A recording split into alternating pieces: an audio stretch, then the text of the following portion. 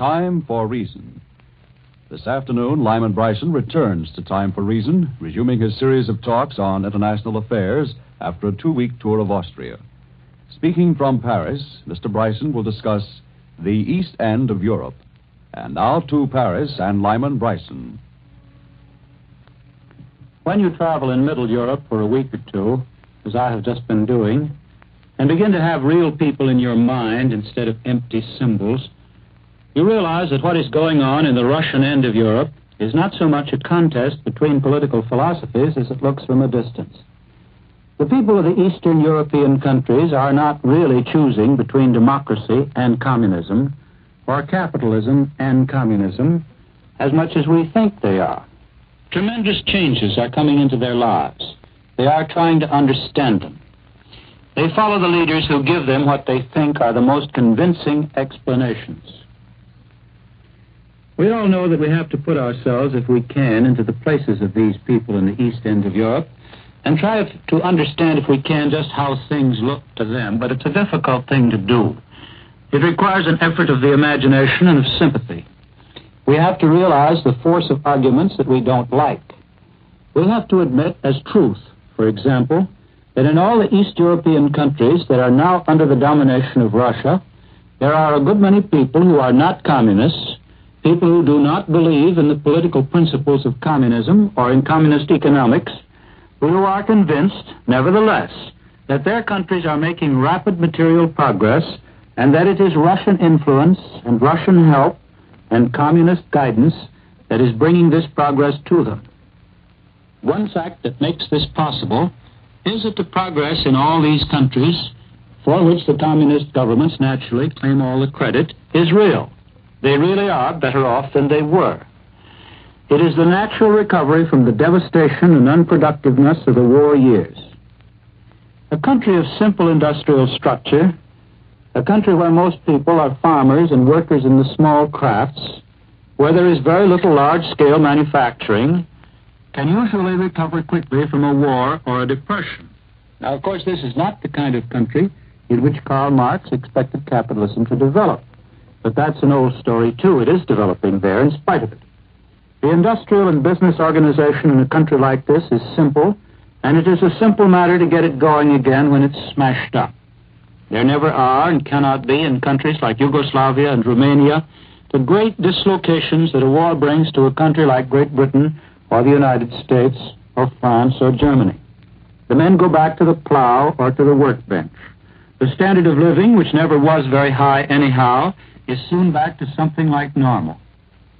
I do not mean, of course, that these countries do not suffer great loss. They do. They suffer horribly in war. But they do not have the extra difficulties of a complicated machine economy, and they can more quickly get back to normal business. And the communists in these Eastern governments, backed by the immense authority of Russia, tell the people that they are getting ahead because of communist guidance and communist ideas. And the people find it very easy to believe whether or not it is true. And another thing in their favor now, these countries were all on the verge of a considerable industrial development when the Second World War broke out. How great that development would have been if there had not been a war is certainly an impossible question, and how great it can ever be is a very difficult one. I am not at all convinced that it is ever going to be possible to make a first-class industrial region out of Eastern Europe.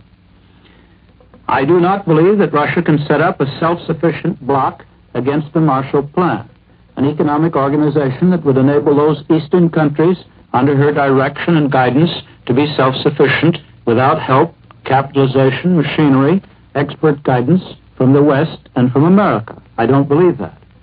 But certainly the present tendency, nevertheless, is toward an increase in power production. And the peasants of Yugoslavia or Bulgaria can easily be persuaded that under the tremendous propaganda influences that the communists can exert, can easily be persuaded that this industrial development could never have happened without communist guidance. You see, it happens in these satellite countries just as it did in Russia itself. Most Russians firmly believe that they would never have had factories and power dams and subways and electric machinery if it hadn't been for Lenin and Karl Marx. The fact that other countries have had these things for years and have more of them than the Russians have been able to get all without the blessing of communism doesn't matter. The fact that Germany before the war, and Britain and America, have much better developed industrial plants and have gotten more efficient production out of their resources than communism has as yet been able to produce in Russia doesn't matter. The Russians got industries and they got communism at the same time. So there are a good many people from Moscow to Warsaw and down to every little southern village who believe that communism brought them into the modern world of factories and of power. And each of these East European countries has now its own special problems. There's one basic problem that is common to several of them, a problem that is obscured in the political news that we get from their capital cities. We get the political news that makes dramatic headlines. We get the news of dispute and conflict. And of course that's real, and it will affect their future. But some of the slow changes that we hear very little about are probably more important in the long run.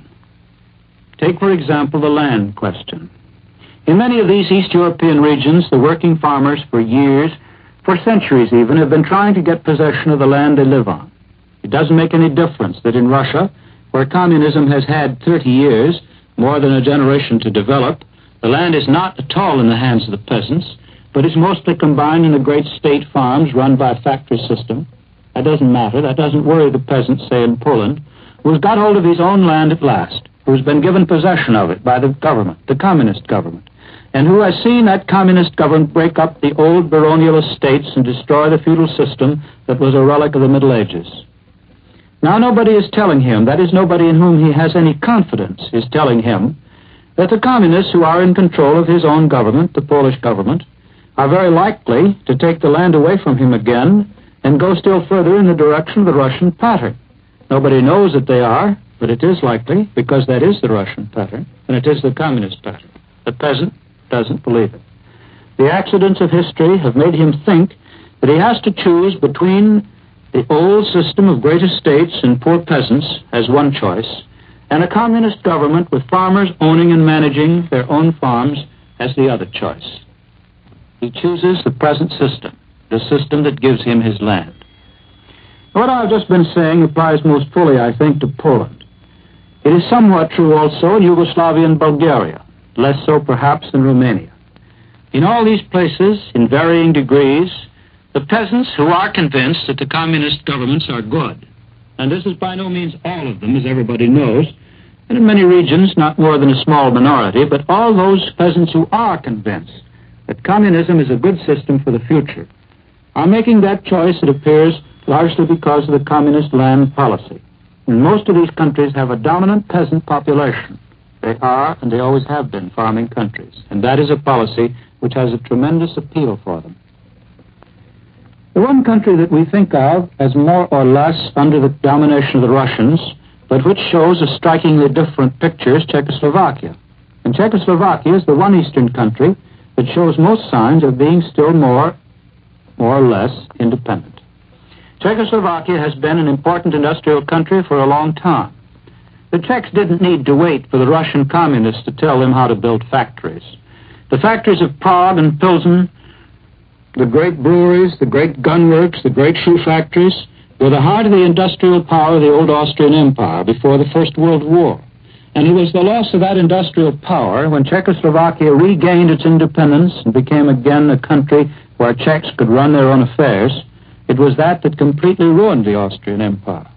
That's now more or less ancient history. And the people of Czechoslovakia seem to have forgotten that they were part of Central Europe, that part of the Central Europe where the culture of the Slavic people overlapped the culture of the Germans. They are Slavs in race and language, very proud of it. Their farming regions are Slavic in their customs. But in their cities they have had, for many generations, a good deal of the German industrial tendency and have developed industrial activity in a very German way. It's not easy to explain the fact that the Czechs rely on Russia, as we've explained it in other places, by saying that the Czech communists are clever politicians and win over the farmers by a liberal land policy, and that new industries where they exist seem to be the gifts of Marxism and Russian help. Now, the Czech reliance on Russia has to be explained in other ways, because the Czechs do not suddenly come into an industrial era now. They have been there for a long time. They're used to it. But part of their dependence on Russia, of course, is historical. They remember, better than we do, perhaps, that they were the ones who were sold out to the Germans when Chamberlain first tried to buy off Hitler by appeasement. It will take more than one generation for them to forget that, and ever again to believe very firmly in the good faith of Western powers. And their policy is based also, of course, on geography. They are living between Russia and Germany, between Russia and the Western powers. They are, in a very real sense, under the guns. In spite of this, the government of Czechoslovakia, a compromise government made up of others in addition to the communists, is stubbornly hanging on to all its connections with the Western powers. Pictures just published by the Czech government show that although international trade between Czechoslovakia and her eastern neighbors is steadily increasing, the Western powers are still her biggest customer and sell her the most goods. In total trade, Czechoslovakia did business with other countries in this order. First, Great Britain. Second, Switzerland. And after that, in order, Sweden, United States, Bulgaria, Russia, Holland, Yugoslavia, and Belgium. Note the Western powers there. In the list of countries sending goods into Czechoslovakia, Great Britain was first and the United States was second. We have a stake in this Western trade. It would greatly help the whole European situation if we could develop more trade of the same sort with other Eastern European countries. It's to our advantage whenever a country on this side of Berlin sets up a trade agreement with a country on the other side. Like, for example, the agreement now being discussed between Poland and Denmark, two countries that can profitably exchange goods and eventually, one hopes, political ideas and goodwill. Now, to say that the communist case is made out with the leaders in these eastern countries is convincing to the people is not to say that there is in all these countries any real debate of the issues. With the exception, again, of Czechoslovakia, there appears to be very little real debate in these countries and almost no free talk. The communists in power have played the old game of putting the opposition into jail or driving it out of the country. But given their tactics that are so unfair from our democratic point of view, they still do offer programs, they do act in ways that make the people think they have political reasons on their side, and they still do fill the young people with enthusiasm, because the young people have never known anything else. It is in no case a simple matter of gangster politics winning out against clearly felt and clearly expressed opposition. It's brutality plus some very good arguments, a curious combination, but not altogether new in politics in any country. When we think of these things, it is surprising that the communists, the Russians, are having any difficulty in taking any of these countries over, since they are willing to use force and threats to get rid of strong rivals, and since they are clever enough to take advantage of the political realities and to claim credit for all the favorable things that are happening. It ought really to be easier for them than it is. But of course they are at the same time making mistakes. Their occupation armies are living on the country. And they have, in their administration of these countries, mixed altogether too much fear in with their clever politics. As a consequence, the average citizen in Western Europe has a picture of Russia which is partly made by chance. He may think that Russia is wonderful. He may think that communism is wonderful. He may think that Russia is a great friend to his country. He may believe that it is the hope of the world, while at the same time he ducks when he sees a Russian soldier on the street. That is, it may be that in his personal acquaintance with Russians, in his business, or in some other contact, he's found them not too fair, perhaps a little unreasonable, perhaps positively brutal. But at the same time, he feels that the overshadowing power of Russia and the overwhelming arguments which the communists offer him are the only things he can accept. Nobody can say how much a mixed-up situation of this sort will work itself out. For Americans, the chief problem, if we want to think clearly, is to remember how complicated it is and never to forget that the Russians and their communist followers in all these countries are not fools, and they do not depend entirely on force. They have good arguments on their side. I return you now to CBS in New York. You have just heard Lyman Bryson discussing the East End of Europe in his regular Sunday series, Time for Reason. Mr. Bryson spoke from Paris. This is CBS, the Columbia Broadcasting System.